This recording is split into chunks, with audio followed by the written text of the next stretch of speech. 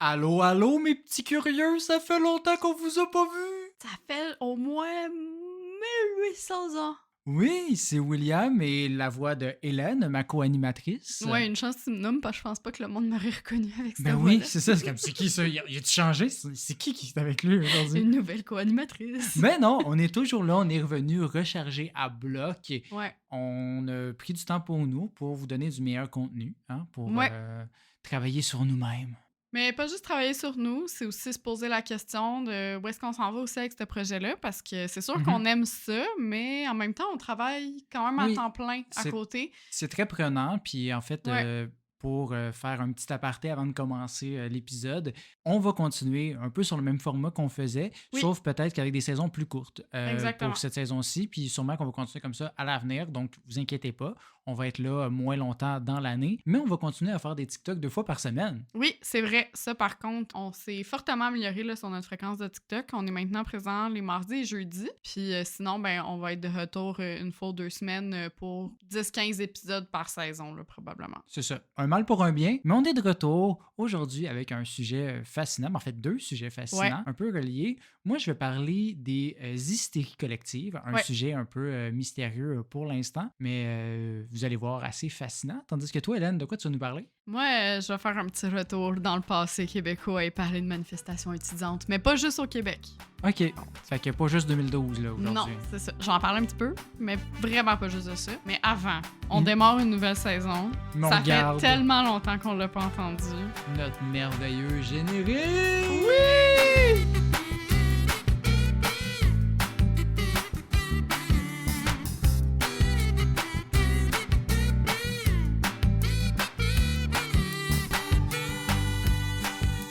Aujourd'hui, Hélène, Oui. comme j'ai dit en début d'épisode, j'ai envie de parler d'un phénomène psychologique et social des plus fascinants nommé hystérie de masse, Ouais. aussi appelé psychose collective ou encore le comportement obsessionnel collectif.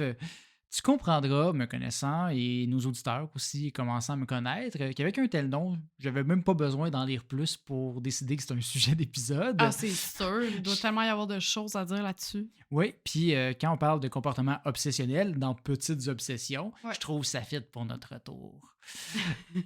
Ceci étant dit, je vous laisserai pas sans explication. C'est pas parce que j'ai décidé d'en parler sans en lire que je peux pas vous dire qu'est-ce que c'est. Vous êtes là Exactement. pour ça, vous êtes là pour écouter. Ben, c'est quoi une hystérie de masse? Il s'agit d'une apparition soudaine de symptômes physiques de manière épidémique, mais sans trace de troubles organiques ou de maladies. OK.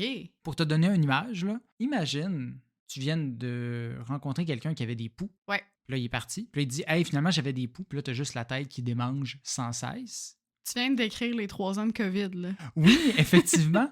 Mais c'est ça. Là, On l'affaire, dirait c'est qu'à que. chaque fois que quelqu'un était comme « Hey, je me suis mise à éternuer, on s'est vu vendredi soir, pis tout ça », t'es comme « Cresson, mes tests, là. Faut que Tu je me me désinfecte au devances, complet. mais on y touche quand même un certain point. Parce que l'hystérie collective, c'est le sentiment de la tête qui pique, Ouais. sauf sur un groupe vraiment massif. Ce qui est vraiment fascinant avec tout ça, c'est que on sait pas pourquoi les gens réagissent comme ça. » Ben là, on le sait, c'est parce qu'ils sont débiles. Oui, mais Je dis ça comme si j'en faisais pas partie. Je suis la première des débiles. non, mais on sait pas l'origine physiologique de ce qui fait que les gens vont faire des hystéries de masse. Puis tu vas voir, il y a des niveaux beaucoup plus élevés que ce qu'on a parlé juste là. OK? Mais ceci étant dit, il n'y a rien de mieux pour se faire une idée de qu'est-ce que c'est avant d'en rentrer dans le pourquoi du comment que des bons vieux exemples d'hystérie de masse dans l'histoire. Ben moi, j'attends juste ça, là. Ben, je sais, mais j'y arrive. Commençons avec un cas intéressant illustrant bien le phénomène, survenu en septembre 2018 à bord du vol EK203 de la compagnie Emirates. Mhm. C'était dans un vol d'une durée de 14 heures entre Dubaï et New York, où 106 des 521 passagers se sont mis à avoir des symptômes de toux, d'éternuement et de fièvre, certains allant même jusqu'à vomir. Fait que tu comprendras que quand tu as 20% de ton avion qui est genre super malade, ça déclenche une coupe d'alarme. Fait qu'ils Oui. sont atterris à New York, l'avion a été mis automatiquement en quarantaine, le CDC sont arrivés, ils ont évalué l'état des passagers, puis ils ont essayé de trouver l'origine. Après des tests, on a déterminé que la grande majorité d'entre eux n'avaient absolument rien. Hmm. Oui, il y avait quelques cas d'influenza et de rhume dans l'avion, mais rien de majeur. Peut-être qu'il y en a là-dedans, dans les 106, qui l'ont attrapé, l'influenza de ces personnes-là, mais Ben, ça prend plus de temps que ça. Ça prend plus que développer. 14 heures, là, Ouais. fait que ça aurait pu prendre quelques jours avant qu'ils tombent malades. Fait que 106 personnes qui se sont mis à tousser puis à avoir mal à la gorge puis à éternuer sans aucun virus dans leur corps en dedans de 14 heures, juste en étant en contact. Ouais, mais en même temps, moi, j'entends une centaine de personnes à côté de moi éternuer, vomir, puis tout, puis je pense T'as que je vais être l'impression folle aussi. T'as une petite impression que ta gorge gratte tout d'un coup, Ouais. hein? Fait que t'aurais sûrement été dans les 106, toi aussi. Surtout qu'il y a du monde qui sont comme, tu sais, hémétophobes ou de quoi. Ouais. Genre, ils voient quelqu'un vomir, puis Ouais, ça le leur vomi, donne. c'est une chose, mais tu sais, le grattement, etc. Oui. Tu vas voir, il y a une couple de cas C'est un peu plus. contagieux. Ouais, une couple de cas un peu plus intenses. Mais un autre cas semblable, disons, en octobre 2018, 68 étudiantes ont été isolées au Kenya suivant des symptômes de toux, d'éternuement, de fièvre. L'école a été fermée, des tests ont été faits. Seulement 2 étaient atteints d'un rhinovirus. Puis là, ben, des spécialistes en santé mentale sont allés à l'école, puis ça a été classé comme hystérie de masse. Des fois, il y a des symptômes plus étranges aussi. C'est arrivé aussi à Montréal Oh! en Montreal, 1884. Canada. Yes, The Real One, Yeah. en 1894, tandis que 60 étudiantes dans un séminaire se sont mises à faire des crises d'épilepsie puis avoir des convulsions sans explication. Puis chez certaines, ça a duré pendant 2 mois. Puis on n'a jamais trouvé l'origine de pourquoi 60 étudiantes avaient ces symptômes-là. Aïe, aïe, c'est fou. Moi, c'est arrivé en plus à une fille au secondaire pendant un examen, genre. C'est quand même assez impressionnant de voir quelqu'un faire une crise d'épilepsie. Fait que Ouais, mais là, t'as Pour 60 étudiantes qui, pour aucune c'est raison, ça se pour mettent à que ça tomber. fasse en sorte que d'autres fassent des crises d'épilepsie. Comme... Mais c'est pas nécessairement genre 60 tout d'un coup dans la même journée, dans la même salle. OK. C'est comme dans les jours qui suivent, les filles commencent tranquillement à tomber une à une. Puis c'est comme, ça a l'air d'une épidémie, d'un virus qui arrive tranquillement, là. Ouais. Un des exemples, là, c'est au Sri Lanka en 2012, 1900 élèves dans 15 écoles différentes sur une période de 5 jours. Fait que 1900 élèves en 5 jours ont été traités pour avoir la peau qui démangeait, des vomissements, des vertiges et une toux sans explication. Aucune trace de virus à De l'intérieur d'eux. varicelle ou rougeole, quoi. Exact. C'est juste comme des écoles, c'est juste parti tout d'un coup. Fait que quand mon frère il dit qu'il a pogné la gastro de ses enfants, c'est peut-être pas vrai. Non, mais il y a des cas qui ont vraiment des virus, mais il y a des cas qui sont inexpliqués comme ça, Ouais. où 500 adolescentes qui, entre octobre 2006 et juin 2007, ont déclaré avoir la nausée et même certaines avoir de la difficulté à marcher. Puis certaines sont devenues même à moitié paralysées pendant quelques semaines, quelques mois dans certains Mhm. cas. Fait que tu sais, des cas assez majeurs. Là, je parle beaucoup de femmes, mais à San Diego, en 1988, dans la US Navy, il a fallu évacuer 600 hommes de leur baraque parce qu'ils disaient avoir de la difficulté à respirer, mais on n'a trouvé aucune toxine et aucune intoxication alimentaire n'a été trouvée. Mhm. Fait que des fois, il y a des moments comme ça où tout le monde a les mêmes symptômes sans explication externe, disons. Mais tu sais pourquoi tu parles beaucoup de femmes? Ben, je sais pas. Parce que hystérie et utérus, c'est la même étymologie. Fait que t'es en train de dire que les femmes sont toutes folles? Non. Mais jadis, là, dans la croyance populaire, on disait que les femmes étaient forcément hystériques parce que, ben, c'est elles qui avaient un utérus, tu sais. Mhm. On disait jamais qu'un homme était hystérique. On disait qu'il était fou ou peu importe, Mhm. pis tout ça. Mais hystérique, c'est quand même une coche au-dessus de fou, là, tu sais. Ouais, ben, peut-être que l'origine du terme est là, mais je vais y revenir plus tard. Mais ça l'apparaît plus souvent chez les femmes que les hommes. Ben oui, parce que c'est toutes des crises de folle. Non! Franchement, Je là, on rigole. peut pas revenir puis commencer comme ça. Hey, j'étais une femme, j'ai le droit de le dire. Pas sûr. Non, mais sans blague, ça a longtemps été perçu comme ça. Tu sais, c'est pour ça aussi que les femmes, c'était des sorcières. Tu sais, on disait tout le temps que, justement, c'était des vieilles folles. Ou, justement, quand Ouais, toute elles étaient réaction est menstruées, toujours plus... quand elles étaient menstruées, c'est justement l'hystérie qui sortait de leur corps, puis ça leur faisait faire des affaires tu Ouais, sais, ben, par on le rapport sait, et tout, alors que ça n'a pas de lien nécessairement. Là. Tu peux être fou ou folle sans Ouais, ben, avoir tu sais, d'utérus. Là. dans le monde du travail, une femme fait une erreur, elle est incompétente. Un homme fait une erreur, ben, c'est pas grave, là, tu sais, il va se reprendre la prochaine Ouais, fois. là, exactement. tu sais. Fait que oui, société très sexiste, mais c'est quand même pas là que je veux aller, là, malgré tout. En tout cas, le mot-clé dans tout ça, c'est pas relié avec les femmes spécifiquement, mais c'est l'anxiété. Notre cerveau, il est fort quand il veut, puis c'est pas nécessairement juste pour les bonnes affaires. Hein. Tu sais, imagine la situation avec l'avion Emirates. Ton avion est en quarantaine, t'as les médias qui attendent dehors et un dos dans le scaphandre jaune qui te demande comment tu te sens. C'est sûr, ta gorge qui pique un petit peu, là. Tu sais, fait qu'il y a vraiment cette partie-là psychologique. On sait pas pourquoi physiologiquement on est comme ça, puis qu'il y a des liens qui se font un peu. c'est une partie un peu d'empathie, puis c'est peut-être ça qui touche un peu aux femmes. Tu sais, quand tu dis parce que les femmes sont beaucoup plus empathiques que les hommes. Oui, les femmes sont beaucoup plus empathiques que les hommes. Puis, tu sais, même, il y a beaucoup d'études qui disent que les femmes sont plus susceptibles d'être atteintes d'un trouble de santé mentale, style dépression, anxiété, tout ça. Mais en même temps, puis là, bon. Là, c'est un autre niveau de la j'ai pas- dépression c'est ça. que de se mettre à vomir puis paralyser. tu Non, sais. c'est sûr. Puis, tu sais, j'ai pas fait de recherche là-dessus, mais je pense que les femmes aussi vont plus chercher de l'aide, vont plus chercher des diagnostics. Fait que Fait qu'il y a peut-être des gars qui avaient mal à la gorge pareil dans mon histoire. c'est ça, peut-être mais... que l'écart est pas si flagrant que ça entre les hommes et les femmes, mais par Comme rapport, je te mettons, dis, à l'anxiété et tout. C'est là. un domaine qu'il y a très peu d'études Ouais. pour l'hystérie collective. C'est juste très fascinant comme phénomène. Mhm. C'est pas récent. Je t'ai donné des exemples assez récents là, Ah non, dans il y les 100 en dernières avait années. déjà au Moyen-Âge, puis tout, là, Oui. c'est sûr. Par contre, ce qui est vraiment fascinant, c'est qu'on n'avait pas les mêmes inquiétudes, mêmes anxiétés à l'époque qu'aujourd'hui. Aujourd'hui, on a surtout peur des maladies, de la pollution, de l'intoxication Ah non, à l'époque, alimentaire. on n'avait pas peur. Aujourd'hui, ce qu'on retrouve, ben, c'est des symptômes reliés à ça. Ouais. On a mal à la gorge, on a l'impression d'avoir mal au ventre, etc. Tandis qu'à l'époque, les épidémies étaient déclenchées par des pensées par rapport aux démons, aux possessions, puis aux événements religieux. Les sorcières. Oui, entre autres.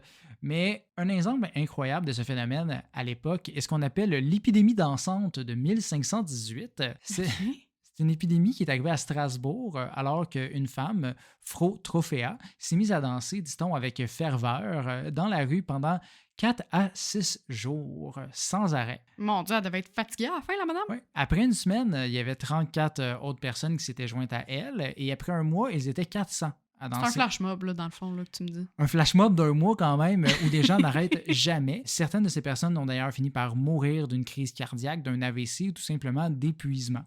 Pour l'image, là, c'est pas genre des jeunes au pique-nique électronique, là. C'est plus les sans-abri au parc Émilie-Gamelin qu'on parle. Là. On ignore toujours aujourd'hui pourquoi ces personnes-là dansaient, mais clairement, ils allaient pas bien, là, parce que pour Il y a un temps sorcelé. Peut-être, mais ce n'est pas le seul événement de la sorte, parce qu'il y en a eu d'autres. Des moments comme ça, on appelle ça les manies dansantes ou la danse de Saint-Guy. Je sais pas pourquoi, mais Saint-Guy est impliqué là-dedans. Il aimait bien giguer, Guy. Guy giguait pas mal, mais il y a eu des événements comme ça en Allemagne, aux Pays-Bas, en France et même au Madagascar. Après, pour le cas à Strasbourg, on est en 15-18, fait que ça n'a pas été traité médicalement comme il faut. Là. Je te dirais même un peu comme de la marde.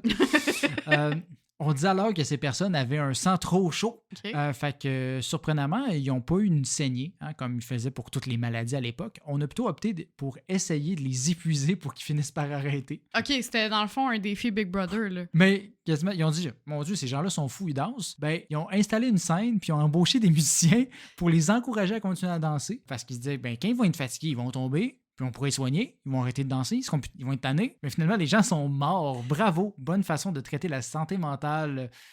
Bravo, les années 1500. Non, mais Jean-Thomas Jobin, c'est juste la réincarnation de cette madame-là. Là, Oui, exactement. Mais bon, outre l'anxiété, qu'est-ce qui unit toutes ces hystéries? On constate qu'elles arrivent généralement plus dans les écoles, les hôpitaux, les lieux de travail ou les petites communautés. OK, fait que les lieux rassembleurs. Fait qu'il y a un lien social quand même dans tout ça. En gros, tant qu'il y a beaucoup de monde qui se font capoter l'un l'autre, ça peut arriver. C'est en étant témoin des autres cas que les gens finissent par avoir des symptômes. Du moins, c'est ce que j'en conclus un peu avec le peu d'informations scientifiques qu'on a sur les symptômes. Fait que c'est à prendre avec des pincettes là, comme explication scientifique, puis le côté des femmes, puis d'empathie aussi. Parce que, comme j'ai dit, ici, ça arrive plus souvent chez les femmes que les hommes, en tout cas de ce qu'on constate. Question d'empathie plus élevée, qui sait? Je parlais de flou scientifique, ben dans le fond, quand on y pense, les cas d'hystérie recensés proviennent principalement d'absence de cause trouvée. OK. Dans le fond, tu sais, c'est les médecins qui font des tests, c'est comme, ben, t'as pas l'influenza, t'as pas ça, t'as pas ci. Ils sont dans un désert médical. Ouais, c'est ça. C'est beaucoup plus dur de prouver ou réfuter un résultat négatif qu'un résultat positif. Oui, effectivement. Tu sais, un faux négatif versus un faux pour positif. avoir un diagnostic Ben, d'exclusion, là, je peux vous dire à quel point c'est compliqué. Ben c'est ça. Dieu sait le nombre de fois que les médecins ont pu dire que quelqu'un avait rien, mais que finalement, il y avait vraiment quelque chose, il avait juste pas regardé à bonne place ou qu'il y a des diagnostics d'exclusion. Donc, on peut pas dire à 100% que chaque cas d'hystérie qu'on a dit dans l'histoire était réellement des cas d'hystérie. Ouais. Puis, une autre partie, c'est qu'on clôt les dossiers automatiquement une fois que ça dit ça. Ben, il n'y a pas de virus, c'est un cas d'hystérie. Fait que c'est classé, les experts s'en vont, on publie les résultats, puis basta. c'est difficile pour les autorités de prévenir des futurs cas parce que là, tu sais pas qu'est-ce qui a pu causer ça. On fait juste, ah non, mais les gens sont juste virés fous, laissez-les faire. Ouais. Mais pourquoi est-ce que les gens virent fous? Non, Pourquoi est-ce puis qu'il y a un lien social? Pourquoi qu'on mène à ça? les autorités, ils aiment ça, justement, Mettre la avoir faute comme... sur... Ben, surtout avoir une explication précise. Ouais. T'sais, ils vont pas dévoiler quelque chose en disant comme, ben, on pense que, Non, fait mais que on dire n'est pas sûr. hystérie collective, Il y a arrangez-vous avec 50% de ça. chance que ce soit ça. Tu sais, c'est comme, Ouais. ça marche pas, là. Fait qu'ils disent hystérie collective, c'est réglé là-dessus, mais il n'y a pas d'études encore sur les effets chimiques du cerveau dans un tel cas. En tout cas, j'en ai pas trouvé à date. Hmm. Ceci étant dit, j'ai parlé de situations ultra étranges provenant des maladies inexpliquées, mais j'ai volontairement évité un autre type d'hystérie de masse qui pourrait peut-être nous donner un autre indice, non sur la cause chimique, mais peut-être sur les causes sociales. OK. Ça serait des hystéries que je qualifierais de visuelles. Pour illustrer le tout, voici une petite histoire. Mhm. L'épidémie d'éclat de pare-brise de Seattle. OK. Tu sais, quand t'as un petit trou dans ton windshield Ouais. à cause d'une roche. Ouais. Ben, en avril 1954, les résidents de Seattle se sont mis à déclarer en masse des éclats dans leur pare-brise. Y Ça- a-tu une tempête de verglas, quelque chose? Ça popette partout, le monde est comme, il y a un trou, ben moi aussi, ah, comment ça, qu'est-ce qui se passe? Il y a des groupes qui parlaient qu'il y avait des gens qui s'amusaient à tirer au baby gun sur les voitures, d'autres croyaient qu'il s'agissait d'œufs de puces de sable pris dans le pare-brise qui éclataient, ou qu'il y avait des tests nucléaires pas loin, puis ça devait faire voler des petites particules dans les autos. Le monde capotait bien raide comme pourquoi ça l'apparaît tout d'un coup, les trous dans nos pare-brises. Ouais. Mais la cause, finalement, à rien. Hein? Des gens ont entendu parler que du monde dans leur entourage avait des trous dans leur pare-brise. Ils ont checké leur pare-brise et ont fait « Hey, moi aussi! » Mais Ah, il c'est était juste- déjà là. C'est ça. Il l'avait pas remarqué avant. Fait que psychologiquement, les gens se sont inventés une nouvelle crise. Fait que tu comprends mieux le syndrome physique quand tu comprends que ça peut arriver avec des trucs vraiment externes. C'est le même phénomène quand tu achètes un char, puis que soudainement, on dirait que tous les chars autour de toi, c'est la même marque. C'est Ouais. un biais cognitif, tu as juste une hyper-vigilance sur quelque chose. Puis là, comme tu peux avoir une hyper-vigilance sur les symptômes physiques de ton corps, de la fatigue extrême, j'en ai tout le temps. Fait que c'est pas Ben, parce que j'ai la c'est ça. COVID, là, tu sais. Au début de la COVID, on était tous comme, ah, j'ai la gorge qui me gratte un petit peu. Mais des Puis fois, ça nous finalement, arrive, c'est juste tu que couches, t'es t'avais correct, avalé là. ta toast de travers, tu sais. C'est ça.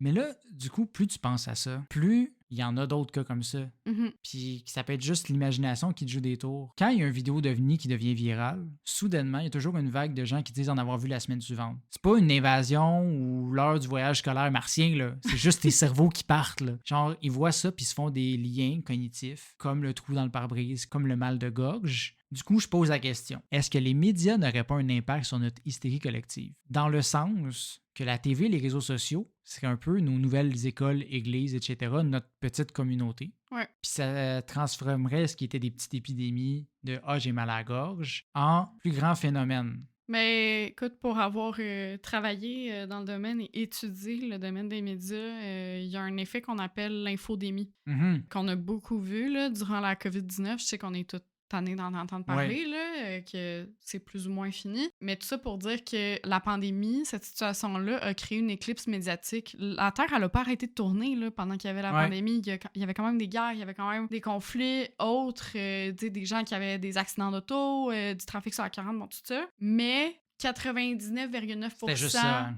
Puis c'est ça, puis on est aussi dans une ère d'infobésité où on a beaucoup trop de contenu pour notre capacité de consommation. Fait que c'est sûr que quand t'en entends parler tout le temps, c'est là que Puis- t'as les symptômes encore plus. tu sais. Exactement, puis ça cause énormément d'anxiété, puis le moindre, comme tu dis, petit grattement de gorge ou quelque chose. Moi, je me rappelle, ma mère, au début, on avait des symptômes. Ouais, puis on s'est tous Début de la testés, puis COVID, finalement, là, il on n'y a avait fait rien. une là. méga gastro de la mort, là. Puis on était comme, ah ben, c'est peut-être ça qu'on a attrapé, mais tu Mais sais, où non, est-ce c'est qu'on une l'a gastro, rattrapé, ça existait c'est-tu- pareil. Là. C'est ça, mais c'est parce que c'est ça. Puis des coronavirus, ça Oui. fait des années et des années qu'il y en Mais a. bon, ça suffit la COVID, Mais on voilà. en sait parler. On arrête d'en parler.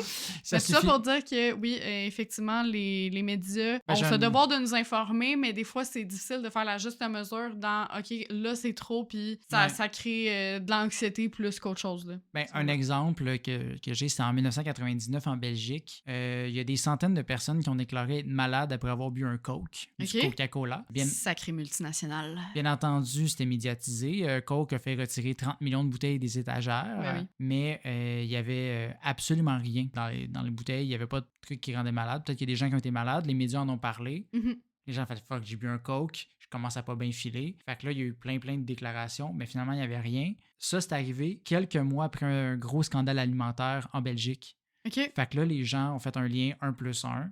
C'est sûr qu'il y a de quoi, c'est sûr que c'est Égal pas 43. bon. Mais sinon, ces gens-là, ils auraient bu leur coke dans leur coin puis tout aurait bien été, là, mais c'est parce qu'ils l'ont vu dans les médias. Ceci étant dit, là, je vous entends à la maison, là, je l'entends votre petit papier d'aluminium pour faire votre chapeau conique, là, puis partir dans les conspirations. Là. Justement, je suis pas en train de dire que la COVID n'a pas existé puis que les médias essaient de nous rendre malades en inventant des maladies. Là. Non, c'est ça, il y a quand même des... Il y a des situations, puis ça se peut que quelques des personnes sont épidémies tombées de malades. salmonelle, puis tout ça existe. C'est ça. Là. C'est juste que moi, je veux vous protéger, pas contre les médias, mais contre vous-même. Plus précisément, votre anxiété. Les scientifiques savent peut-être pas encore officiellement ce qui cause les hystéries de masse au niveau social et psychique, mais l'anxiété puis le bouche à oreille, ça a l'air d'avoir un impact. Et ça, c'est un anxieux qui vous le dit. Oui. Donc, ce que je vous dis, c'est que si vous voulez pas vous mettre à faire des convulsions parce que vous avez vu une vidéo d'une fille qui en a fait après avoir mangé une toast, ou que vous voulez pas vous mettre à croire que les Illuminati viennent crever vos pneus pendant la nuit, prenez un petit pas de recul, utilisez votre esprit critique, respirez un bon coup, faites vos recherches. Vérifiez les sources. Les sources. Ouais, non, pas vos recherches sur Google, les sources. Et ça, même si c'est quelque chose que vous entendez sur le podcast, vérifiez. On sait jamais, on peut se tromper, on est faillible. Donc, effectivement. Posez-vous aussi des questions. C'est quoi les chances que vous soyez malade après avoir croisé Jean-Paul 5 secondes dans le couloir? Puis pour renchérir sur ce que tu dis, justement, on est faillible. Il y a déjà des abonnés qui nous ont écrit pour nous dire « Ah, mais cette information-là, c'est pas inexact, mais c'est pas tout à fait ça. » On apprécie vraiment beaucoup vos retours. Là, on fait découvre les pas. choses, on fait des recherches pour écrire là-dessus, mais on n'est pas des chercheurs on n'est pas des spécialistes de tous les domaines dont on parle, au contraire. Ça. On aime s'intéresser à tout, par contre. C'est ça qui est le fun. Donc voilà, n'oubliez pas, votre cerveau est fort, puis peut vous rendre complètement fou. Vous voulez pas vous rendre à danser jusqu'à votre mort dans les rues de Strasbourg. Voilà, ça conclut ma partie. Ben écoute, Will, quand tu m'as partagé ton idée de sujet, je me suis demandé de quoi je pourrais bien parler. Parce que, ben, tu sais, je voulais pas parler non plus d'hystérie collective puis être susceptible de parler des mêmes affaires que toi, là, dans le fond. Ouais, tu voulais pas parler des madames hystériques puis de tout. Ben, c'est ça, tu sais, je pourrais faire une longue tirade sur l'étymologie du mot hystérie et avoir mon petit discours féministe. Je pourrais aussi parler d'autres pathologies du genre, mais je sais pas, on dirait que l'aspect rassembleur collectif, c'est ça qui m'intéressait beaucoup. On parle de groupe aujourd'hui. C'est ça, exactement. Puis en y réfléchissant, je me suis dit que je pourrais parler de mouvements collectifs. Puis au début, tu sais, j'essayais de regarder si je trouvais des mouvements collectifs positifs, intéressants, tu sais, justement rajouter de quoi un petit peu plus up la vie. Faut juste me dire, vous êtes toutes fous, gang de fous. Mais j'ai pas tant trouvé de mouvement de solidarité, fait qu'appel à tous. Si vous trouvez des affaires dont vous voudriez qu'on parle dans le podcast. Ou essayer des meilleures personnes pour qu'on puisse en parler dans le futur. Exact. Fait que je suis tombée, par contre, dans mes recherches sur un article sur des manifestations étudiantes. Puis là, je me suis dit, c'est vrai qu'il y a rien de plus hystérique que des jeunes adultes qui bloquent le pont Jacques-Cartier et camouflent leurs revendications à grands coups de casserole. On s'appellera de Pauline qui était sur un balcon avec une casserole. Puis cet article-là, il relatait les manifestations étudiantes les plus insolites de l'histoire. Puis on en faisait partie. Ouais, c'est ça, exactement. Il y a une petite partie du printemps érable qui en faisait partie. Fait que, ben, j'ai envie de vous partager ça aujourd'hui. Fait que la première manifestation étudiante dont j'ai envie de te parler concerne une chaîne de fast-food et l'Université de Californie à Berkeley. OK. Tu connais peut-être Panda Express? Oui. C'est la plus grande chaîne de restauration rapide asiatique aux États-Unis avec quelques 1500 succursales. Fun fact, il y a plus de Panda Express dans le monde que de Panda. Je sais pas si c'est tant le fun. Unfun fact. Ben, en 2009, Panda Express voulait ouvrir un nouveau restaurant sur l'un des campus de l'université. Puis disons que ça faisait pas vraiment l'unanimité pour diverses raisons. Notamment parce qu'il y avait déjà d'autres fast-foods sur le site, fait que tu sais, à quel point ça allait bonifier l'offre. Bof. Mais aussi parce que beaucoup pensaient que ça pourrait nuire à la réputation de l'université qui était particulièrement axée sur tout ce qui est développement durable. Ah oui, fait que c'est fait beaucoup que, de fast-food, développement durable, déchets, là, c'est rare que ça matche ensemble. Donc, il y a une vingtaine d'étudiants qui ont manifesté devant les portes de la succursale d'El Cerrito, qui est à quelques minutes du campus de Berkeley. Et en plus du contexte assez particulier, il y a des étudiants qui étaient déguisés en panda. Ben oui. Pourquoi pas? Y avait-tu Arnaco Panda? Anarco Panda? Je pense que oui. C'est sûr qu'il s'est pointé là-bas, là, je veux dire. Je pense que oui, mais il y a des photos là, sur les mais internets. Tu sais qui je veux dire, justement, il était là dans le printemps érable. Là. Oui, c'est ça, exactement. Je pense, mais il faudrait vérifier, que l'université, finalement, a décidé de ne pas ouvrir de Panda Express sur le campus. Mais je trouvais ça quand même bien drôle que ce soit une manifestation de mascotte. Ouais, anti-fast-food avec des mascottes. Quand même. Ça m'amusait. J'en ai déjà glissé un mot en prémisse de ma partie. Je veux évidemment pas passer à côté du fameux printemps érable. Personnellement, j'étais encore au secondaire à l'époque. Fait que je peux pas dire que je suivais assidûment là, tous les soubresauts de cet événement, même si, bon, j'essayais de me tenir un peu au courant de ce que l'avenir me réservait, si j'allais pouvoir étudier ou si, justement, j'allais directement porter mon CV au McDo. En tout, il y a près de 250 000 personnes qui ont parcouru les rues de la province pour faire entendre leur voix. Je pense un peu même plus que les 20 pandas, là. Ouais, c'est ça. Je pense que t'en faisais partie. Oui, j'en ai fait partie 2 fois. Piquetage à Joliette, puis une fois, je suis venu à une des grosses, là. Puis c'est ça. Je pense pas que j'ai fait la différence, mais j'étais là. Ben, écoute, je pense que t'as assisté à une manifestation... historique. Oui, historique, mais relativement normale, justement, avec du piquetage, puis bon, des pancartes, Oui, tout ça. les gens étaient assis, puis c'est juste la police est arrivée avec genre, tassez-vous, le trafic s'en vient. On peut pas bloquer le trafic. Non. Mais durant une des manifestations, il y a plusieurs personnes qui se sont mis à se déshabiller pour protester en sous-vêtements, afin d'attirer encore plus l'attention du gouvernement canadien. Ah ouais. Mais le plus pas là. cocasse, c'est que la plupart des gens avaient pris la peine de mettre des sous-vêtements rouges pour représenter leur camp de carré rouge. Quand même. À Santiago, maintenant, donc la capitale du Chili, les revendications étudiantes étaient assez similaires à celles qu'on a connues justement au Québec en 2012. En gros, en 2011, la communauté étudiante s'est élevée contre la baisse des normes d'éducation et surtout la hausse des coûts. Mais la méthode de protestation, elle, était pour le moins inhabituelle. Plutôt que d'opter pour des pancartes, du piquetage ou pire, la violence, il y a une centaine d'étudiants qui se sont rassemblés pour s'échanger des baisers devant la cathédrale de la ville. Vite de même, t'es comme... Je vois pas le lien. Le rapport, hein? Mais c'est qu'il y avait des pancartes qui affichaient un message assez clair. L'amour est gratuit, l'éducation ne l'est pas. Ah, OK. Est-ce que ça a fonctionné? Ben, décidément, ça bouge à Santiago parce qu'il y a une autre manifestation qui a eu lieu en 2011. En fait, il y en a eu plusieurs autres, mais il y en a une autre dont je veux te parler. Sauf que cette fois-ci, on parle pas juste de petits becs net frais de sec. En fait, ils ont fait revivre le roi de la pop le temps d'une soirée. Michael Jackson, qui on se rappelle est décédé en 2009, là, donc 2 ans avant. Ils sont habillés en zombies comme dans le célèbre clip Thriller et en recréant la chorégraphie devant le palais du président. Encore une fois, la métaphore était assez puissante. Pour la communauté étudiante chilienne, l'éducation nationale était en train de mourir. Ils sont très poétiques dans le fond. Oui, là-bas. c'est ça. Je sais pas si ça a fonctionné, si ça a permis de changer les choses. C'est quand même beaucoup d'informations. C'est des pays aussi, tu sais, où on n'a pas nécessairement toute la couverture que ça aurait mérité. Ouais.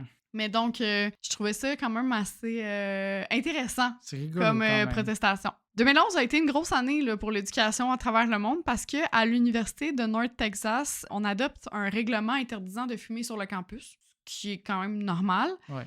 Fumer la cigarette, là, évidemment, on parle pas encore de du la cannabis. weed. Non, c'est ça. Tu crois peut-être que ce sont des étudiants fumeurs qui ont parti le mouvement protestataire, mais les non. Profs. Non, non plus.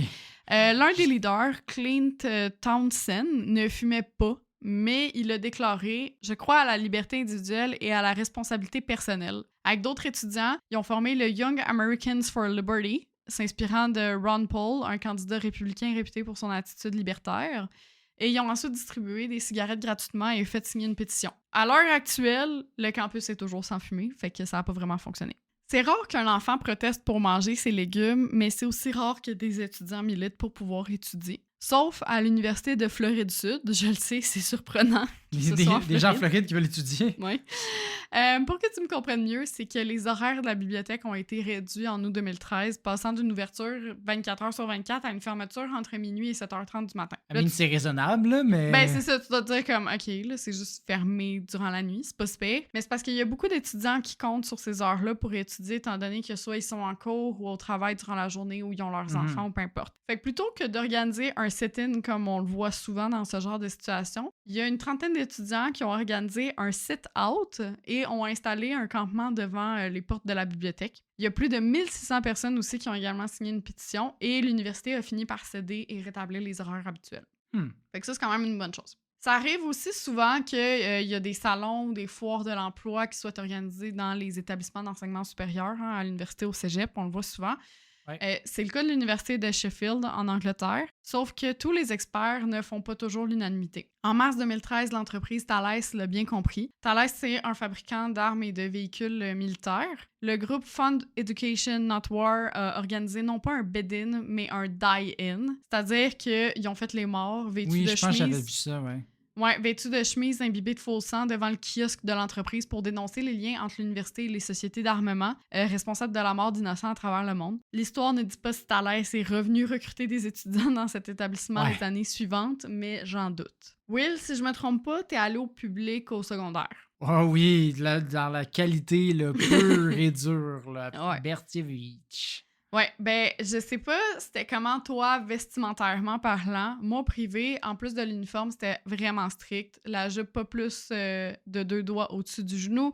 Pas de maquillage autorisé avant secondaire 4. Les ongles pouvaient être vernis, mais seulement d'une couleur neutre, fait que, genre, transparent. Puis Moi, je pense que, à part des têtes de mort, des fuck you puis des briquettes et spaghettis, il n'y a pas grand-chose, là. Ben, la communauté étudiante de l'université de Kaposvár en Hongrie a connu un changement drastique à son code vestimentaire en 2013. L'établissement a décidé d'interdire le port de jupes courtes, de gougounes et de trop de maquillage, en plus d'exiger des cheveux et ongles dans un état, et je cite, présentable. Les hommes devaient aussi désormais porter des chaussures sombres et des blazers, et les femmes des chemisiers et des vestes. Il était seulement permis de retirer certains vêtements, genre les vestes et les blazers, justement, en période de chaleur. Fait que les étudiants, ben, ils ont pris ce règlement-là au pied de la lettre et ils ont manifesté et assisté à leur cours tout nus. Ben, ils respectaient pas, je pense, à ce moment-là. Ben, ils pouvaient retirer des vêtements, puis ils portaient pas tout ce qui était Interdit. non autorisé, c'est ça, exactement. C'est dit de même. J'ai pas été capable de trouver l'issue de cette histoire, mais je Alors? pense qu'ils ont été un petit peu moins sévères avec le code vestimentaire. Ou ils ont rajouté « Soyez pas tout nus », un des deux. Exactement. Je pouvais pas finir ce segment sans parler d'une université de la Ivy League. Ouh là là! J'ai nommé Harvard. Ouh. En 1766, la célèbre institution est secouée par la grande rébellion du beurre. Ah oui, Harvard et le beurre, j'adore.